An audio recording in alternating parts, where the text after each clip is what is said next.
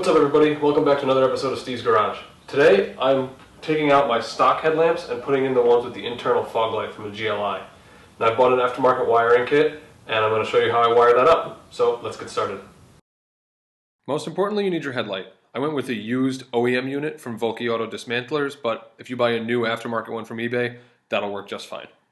I actually removed the plastic lenses because I'll be installing the glass ones that I had on my HIDs.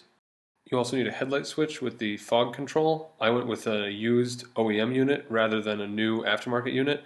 Either one will work, but I just wanted the OEM quality. Lastly, you need your wiring harness. ECS carries it, VX Tuning carries it. There's a number of different websites, so just find whichever one is cheapest and has the best shipping options for you. Rather than mount the relay to one of these panels like here or on the underside here, I'm actually going to mount it inside. So I'm going to remove both of these panels, drill a hole, and bolt it to the inside. Then I can run the wiring across the car this way, back into the cabin, and it'll be nice and hidden and clean. Now of course you're free to do however you'd like it, but this is how I want to do it, and this is how I'm going to do it today in this video. Using a Phillips head screwdriver, let's start by removing the trim panels. I'm mounting the relay pretty far into the trim panel, but the wires come with more than enough slack to reach the battery and the other headlights and even inside the car, so wherever you decide to mount it, just make sure there's room to get the wires where they need to go. Once you've decided where you want your mounting point to be, go ahead and drill a hole in the trim panel.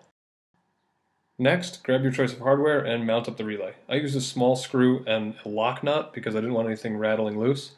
After the install, I did check it a little bit, everything seemed fine, and a year later, I haven't had any issues, so lock nut, definitely the way to go.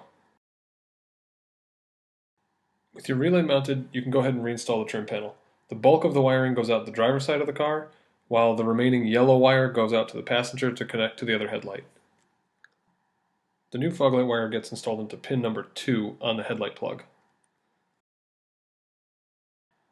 Start by releasing the small purple slide lock that's holding the wiring into the plug.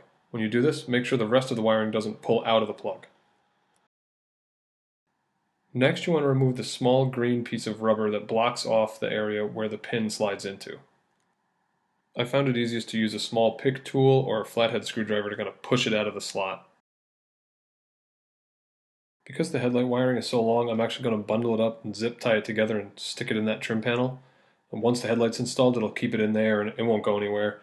If you want to go this route as well, just make sure you leave yourself enough slack to get the wire into the plug and have enough room to get the plug into the headlight. Now it's time to insert the new fog light wire into the existing headlight plug. It will take a little pressure to get the pin in the plug, and you'll hear a tiny little click when it does. You still need that purple retainer clip, but just be careful not to bend the wire or damage the pin in any way. Now it's time to run the wire into the passenger side of the car, where you'll connect it to the existing plug, just like you did on the driver's side. As you can see, the wiring is run along the radiator support, so it's hidden, and I zip tied it to a couple of the lines so it's nice and secure, and after about a year, it hasn't moved at all. The instructions say to run the line through the firewall right above the brake booster, but I have a boost gauge and already have a hole where I ran the line through for that, so I'm going to just be using the existing hole in my firewall. The hole I used for my boost gauge and the one I'll be using today for the fog light wiring is on the lower portion of the firewall, right above the dead pedal where the main wiring harness comes in from the engine bay.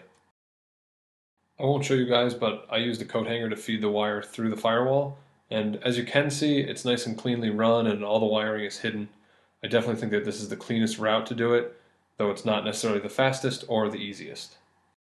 With all the wiring routed, now it's time to remove the headlight switch and wire that up. The blue wire should go into terminal 8 of the headlight plug. Once that's taken care of, you can reinstall the new headlight switch with the fog light control. At this point, you need to disconnect the positive and negative terminals on the battery to run the remaining 2 wires. The red wire is your positive and the brown wire is your negative. At this point, everything should be wired up to function properly. Go ahead and plug your headlights in, but don't reinstall them. Just test them out and make sure everything functions.